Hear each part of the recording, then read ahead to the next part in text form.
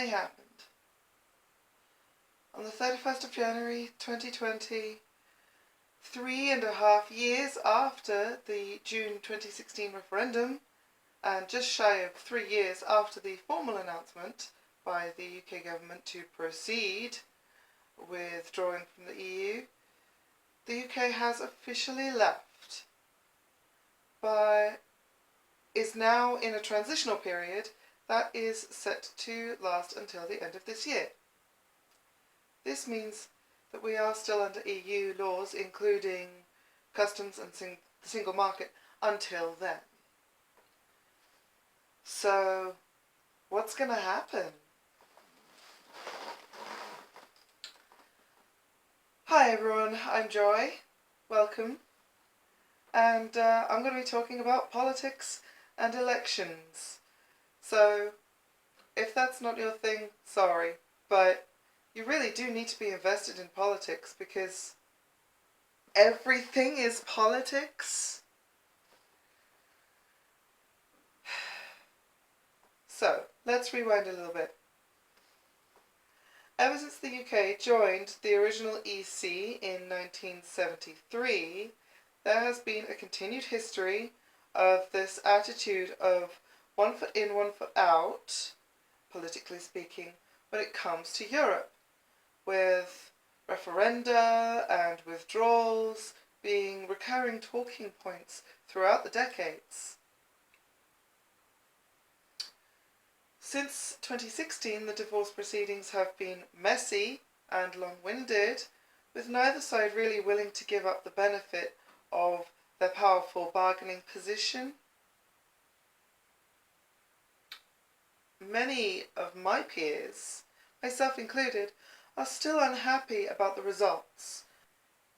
But in order to convince you, the audience, who may or may not even be part of the UK or the EU, that Brexit is bad, I first have to convince you of why it's bad. Now this involves a lot of involved, detailed analysing of the political history over the past 3.5 years, and research is hard. So I leave you in the capable hands of an expert. Thank you, Jocelyn. Hello, my name is Ben Jammin, because I'm jammin' hot. I'm going to be your political expert for today. So, Brexit is predicted to be bad for the UK economy in the long term, due to things like trade with EU countries needing to be renegotiated, and those renegotiations are not going well for the UK. There's a predicted reduction in migration and freedom of movement within EU countries and the UK. Now, it does depend on your point of view as to whether this is a good or bad thing, but if you think it's a good thing, that might be an indicator of some xenophobic nationalist tendencies there on your part. We will also be no longer able to have UK people move as freely and easily to EU countries, just as much as EU nationals will be able to move and migrate to the UK. It's a two-way situation. We'll also no longer be under the EU ruling, which does include the Supreme Court protections for human rights. Now, we could simply just make our own, and we are going to grandfather in a few laws and rules from them anyway during the interim period. But now, there's an excuse not to bother.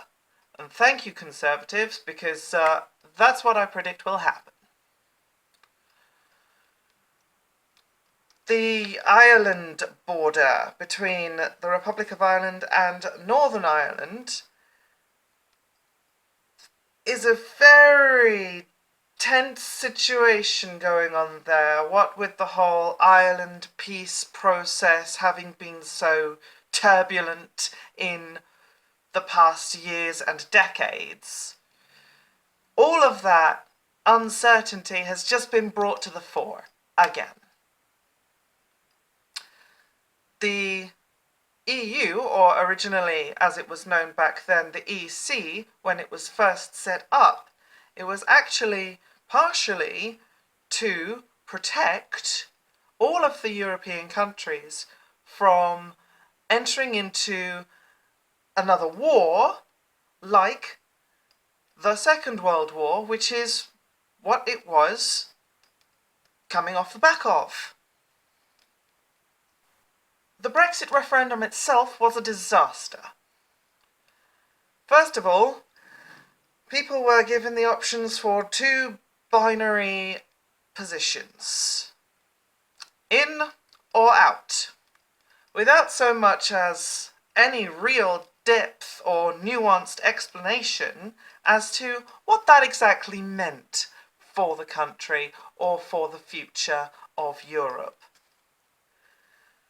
There was a whole cavalcade of misleading propaganda from both sides of the camp, and no real information. There was just patronising junk for a few months. Nobody really was any wiser when they came to actually vote in the referendum. Finally, the expectation was that the public would vote Remain and on the majority, and then all of this leaving Brexiting nonsense would be put to bed. It was used as a way to prop up the Conservative position at the time, which was David Cameron's expectation. And that backfired horribly. I think that just about covers everything other than the stats and statistics that you can find in the links below. Back to you.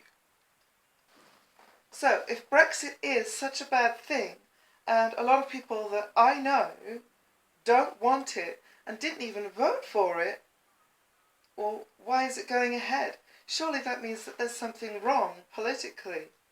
Let's put a pin in that and come back to it in a bit. There's something else a lot of people I know are dissatisfied with is, when it comes to politics, is the result in the recent UK general election.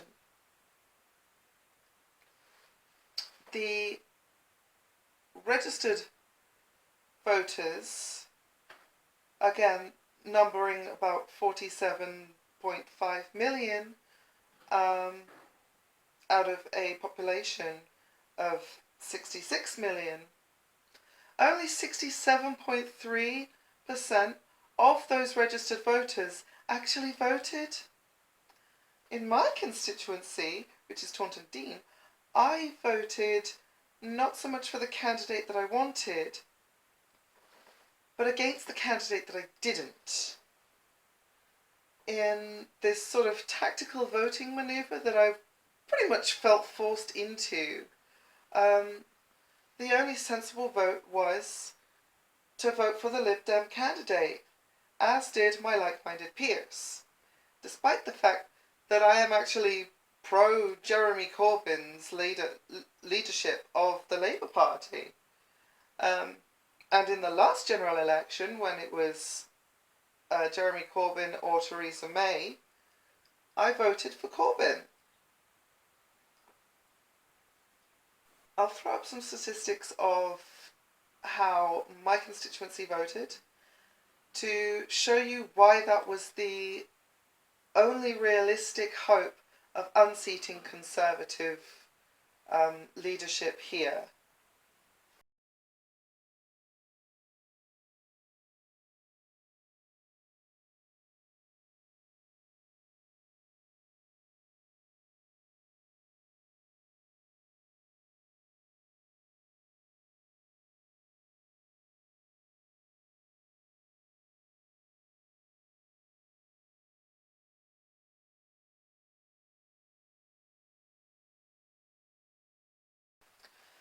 And although the Conservatives did gain more votes nationally than any other party, in my constituency, the Lib Dems actually made the most gains in terms of votes.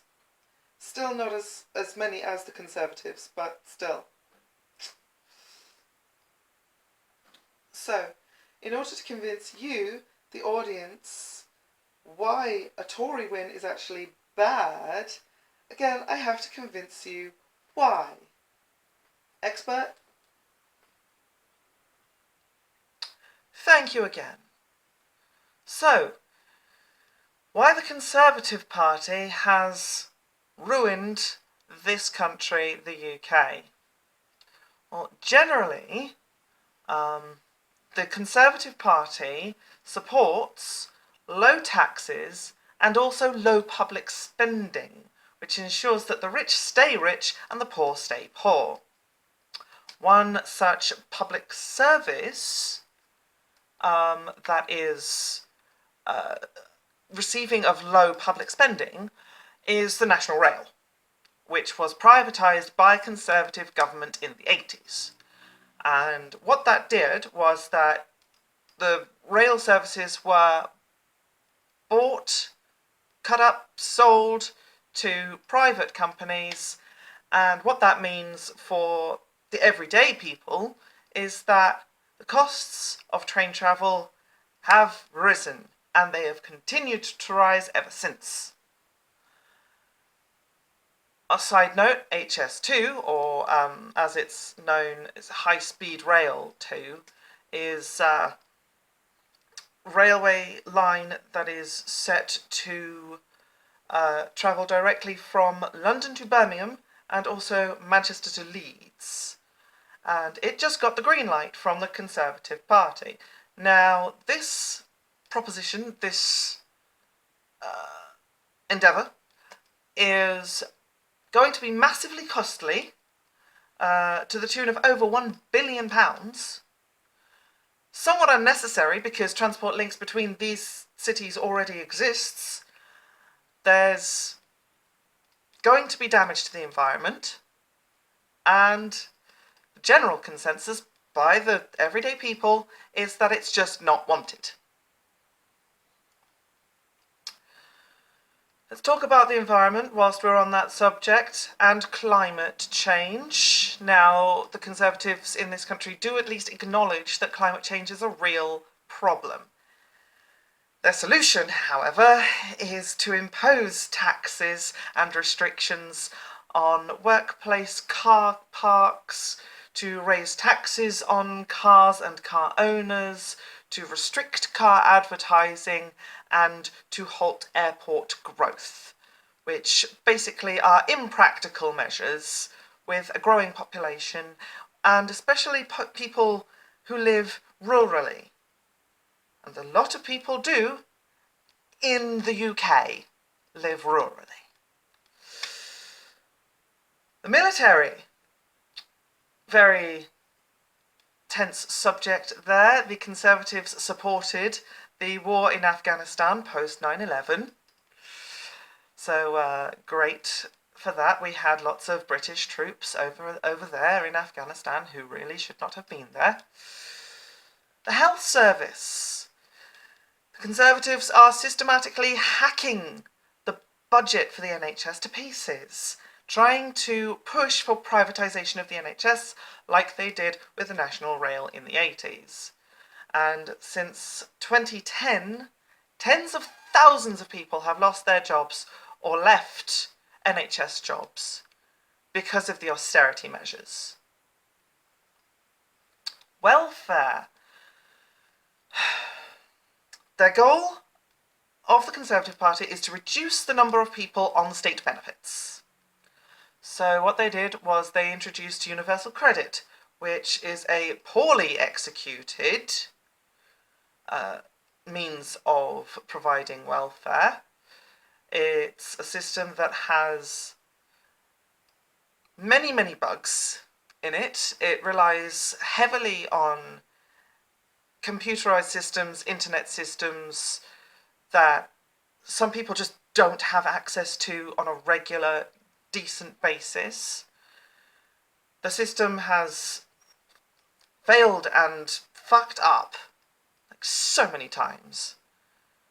Not just on one individual, but on basically untold amounts of people who have had nothing to live on for weeks or months during the process of switching to universal credit and since switching to universal credit. The welfare system has also kicked off many people who have actually needed state benefits, especially those with health reasons and in particular mental health reasons, who, since having been cut off from their necessary benefits, have died as a result of not being able to take care of themselves or committed suicide under the pressure of not coping without that welfare.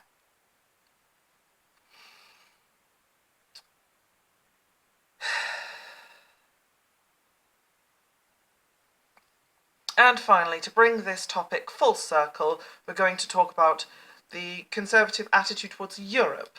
And pretty much both parties in the UK, both primary parties anyway, have had a history of Euroscepticism ever since the UK's entry into the EC, as it was back then,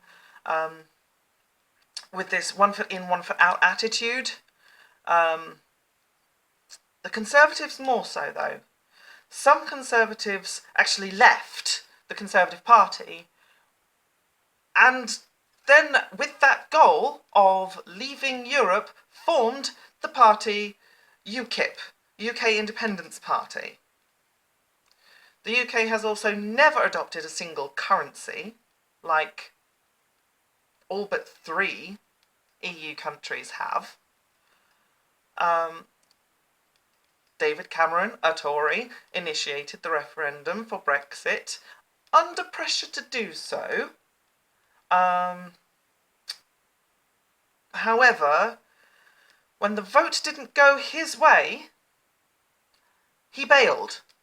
He bailed on the country just 3 days later, resigned, left Theresa May in charge, and, well, I think we are all able to remember what happened next.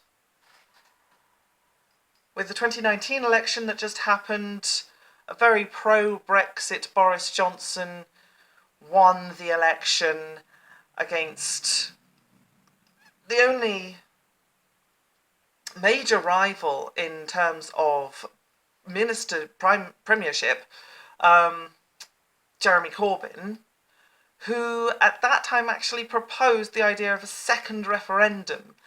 And the attitude after 3.5 long years of being promised a thing and being told that this thing was going to happen, the public's reaction was, just get it over with. None of this dilly-dallying about. We're fed up. And unfortunately for the Labour Party, the Lib Dems, and for the future of the UK in its relation to the EU, those things all contributed to a Conservative win. And pretty much a loss for anyone who's at all left-leaning. So there's the summary. Back to you. In his video essay, entitled Brexit, What is Democracy?, the YouTuber Oliver Thorne outlines a lot of the problems with democracy in working in the framework of the Brexit example. So what I'll do is if you haven't already seen that, I'll leave a link in the description, and I'll leave links to all of my research places and things as well. Most of this actually comes from Wikipedia. It's not that difficult to find. For these reasons of people being unhappy with the results of an election, can a democracy, the kind of democracy that we live in, really be called the will of the people? And the answer is clearly no. Now, obviously, this is because people can't always agree with one another. Certainly not 66 billion of them.